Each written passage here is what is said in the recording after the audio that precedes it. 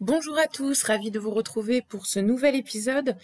Aujourd'hui, on va s'intéresser aux 4 points à vérifier avant de choisir votre accompagnateur VAE ou votre accompagnement VAE.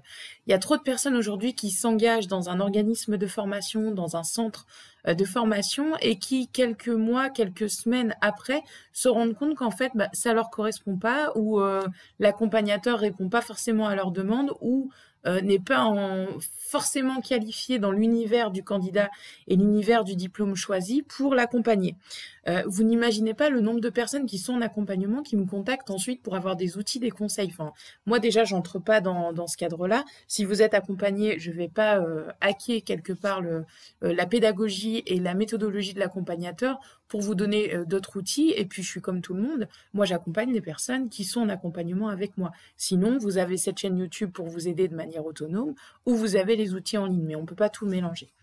Donc, je vais vous donner ces 4 points, réfléchissez, notez-les et après menez votre recherche avec ces critères d'évaluation et ces points très importants pour ne pas vous retrouver en difficulté et avoir financé un accompagnement qui au final ne vous servira à rien.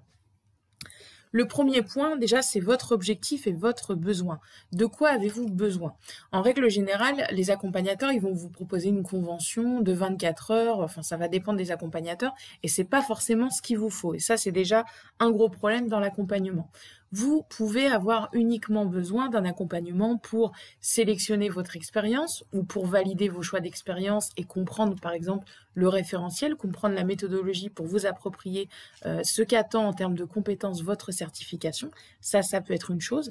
Vous pouvez, au contraire, être très à l'aise pour faire ce choix-là, mais par contre, être en difficulté pour la rédaction, pour l'analyse de votre expérience, parce que à la limite, c'est pas ce qui vous convient le mieux, ou en tout cas, c'est pas là où vous excellez. Et ça, il peut y avoir un accompagnement, une méthodologie juste pour ça.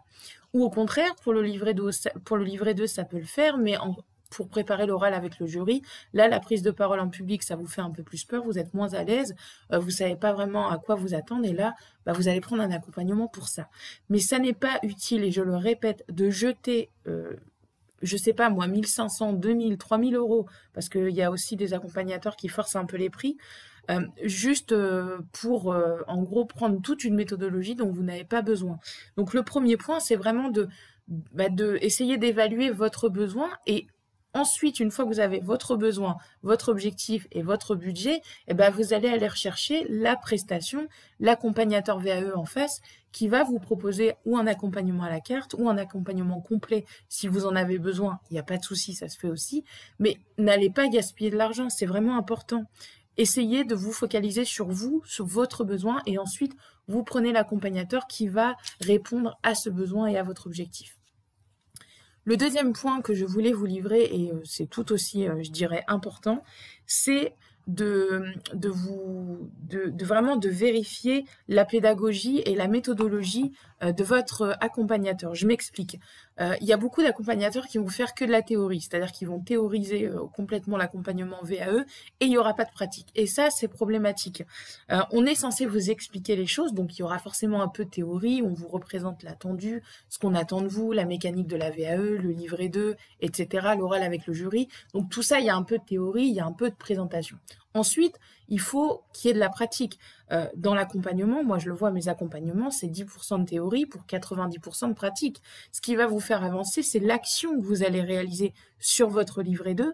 Et forcément, ça passe par des exemples, ça passe par des outils, ça passe par des explications, mais toujours concrets, pratiques, pour que vous actionniez ensuite ces mêmes actions, que vous utilisez ces mêmes outils au service de votre expérience, au service de votre livret 2 et au service de votre référentiel pour vous l'approprier et demain développer les bonnes compétences. Donc, action, mise en pratique, très très important. Il faut savoir qu'on est censé quand même communiquer à minima sur nos accompagnements. Donc, si votre accompagnateur a un site internet, vous aurez son programme de formation, programme d'accompagnement, mais de prestation de formation, puisque la VAE est considérée comme une action professionnelle, une action de formation. Et donc, vous aurez accès à ça. On est censé vous le donner avant de démarrer. Donc, soit vous l'avez sur une page de présentation avant de réserver, soit on vous l'envoie en manière des maths. Il y a encore des accompagnateurs qui n'ont pas forcément de site internet, donc après ça, ce sera à vous de voir. De la même manière, Troisième point, alors ça, je ne vais pas me l'approprier parce que c'est vraiment les candidats accompagnés qui, au fil des accompagnements, me l'ont suggéré, donc je l'ai créé. Essayez de regarder si votre accompagnateur a créé ou propose une communauté, un groupe d'entraide pour toutes les personnes qui sont en accompagnement avec lui ou avec elle et qui sont en mesure ensuite d'échanger entre eux. Personnellement, moi, je l'ai créé parce que c'était un besoin des candidats. On a créé un groupe d'entraide qui est privé, qui n'est ouvert qu'aux personnes en accompagnement et qui permet en fait aux personnes accompagnées dans les programmes d'accompagnement avec moi d'échanger entre eux, de se motiver, de partager ce qu'ils ont vécu lors de l'oral, ce qu'ils ont aussi les petites choses qui ont posé problème lors de la rédaction de leur livret 2. Et puis comme ça, on a des petits échanges qui se créent, pardon.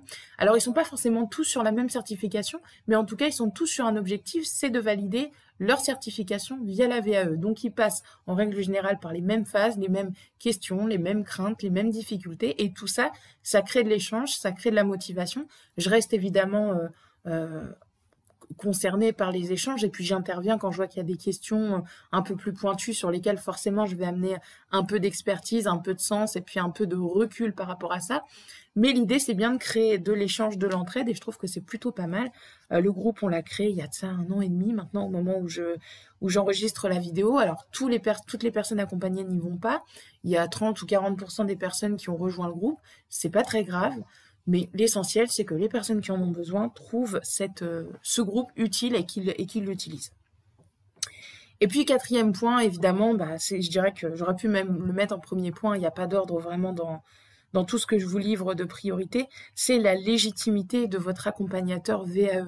Est-ce qu'il a des témoignages? Est-ce qu'il y a des avis clients? Est-ce que vous pouvez juger de sa pédagogie? Est-ce que, par exemple, il a des articles en ligne, des guides qui vous expliquent un peu comment il conçoit sa pédagogie, comment il construit son accompagnement, qu'est-ce qu'il y a dedans? Tout ce qui va vous permettre, en fait, de juger de son expertise, de voir quelque part si son expertise vous convient, parce que il y a autant d'accompagnateurs que de pédagogie, et puis possiblement une pédagogie ne fait pas l'autre. Moi, personnellement, je peux ne pas vous convenir sur ma pédagogie, mon mode de fonctionnement, et c'est très bien de s'en rendre compte avant de venir, parce que ça vous permet d'aller voir un autre accompagnateur et d'être accompagné comme vous en avez besoin et pas comme je vous le propose. Il y a deux choses qui vont se rencontrer, c'est l'offre et la demande. La demande, c'est votre besoin, et l'offre, c'est la prestation d'accompagnement qui est en face. Il faut que les deux se retrouvent et soient je dirais, en parfait lien et en osmose. Donc ça vous permet aussi, en mettant des guides à disposition, des articles, ces vidéos YouTube en sont également l'exemple, c'est de voir si tout ça, ça match et ça vous correspond pour demain aller plus loin avec votre accompagnateur. La pédagogie entre vraiment en ligne de compte. Est-ce que vous êtes satisfait de la pédagogie que vous trouvez ou que vous consultez à lire des choses sur votre accompagnateur ou aux échanges que vous avez pu avoir aussi avec lui? C'est très important et ça sera un petit signe, ce sera un signe révélateur de l'accompagnement qui vous sera proposé demain. Est-ce que votre accompagnateur est réactif, ne serait-ce que quand vous le contactez en amont, déjà pour voir comment il fonctionne, etc. Ça aussi, c'est un signe. Si vous attendez diplôme, que votre accompagnateur vous fasse des retours sur votre écrit ou vous réponde par mail, et je parle même pas du téléphone, puisqu'aujourd'hui, les retours écrits se font plutôt par mail pour vous permettre d'avancer. Et puis, quand il y a besoin, on vient renforcer en coaching si vraiment vous avez pris cette prestation. Ce sera à vous d'en décider, mais je dirais que les recherches, c'est vraiment à vous de les mener parce qu'il y a de tout dans l'accompagnement VAE. Il y a du bon, il y a du moins bon. Il y a aussi des prestations qui sont prises qui ne correspondent pas forcément au candidat. Et au bout du compte, c'est vous qui allez en pâtir. Donc, prenez le temps. Je dirais qu'il vaut mieux perdre un peu de temps, mais choisir quelque chose qui vous correspond. Et pour conclure cette vidéo qui était une vidéo de prévention, vous avez l'e-book 101 idées à développer dans votre livret 2 que je vous offre en lien dans la description à télécharger, où vous aurez 101 compétences, 101 idées avec des ressources complémentaires à consulter pour vous aider à rédiger votre livret 2 et ce, quel que soit le niveau de votre diplôme. Je vous ai tout dit, je vous souhaite une très belle journée ou une très belle soirée au moment où vous visionnerez cet épisode et je vous retrouve prochainement pour un nouvel épisode toujours sur le thème de la VAE. À très bientôt, au revoir.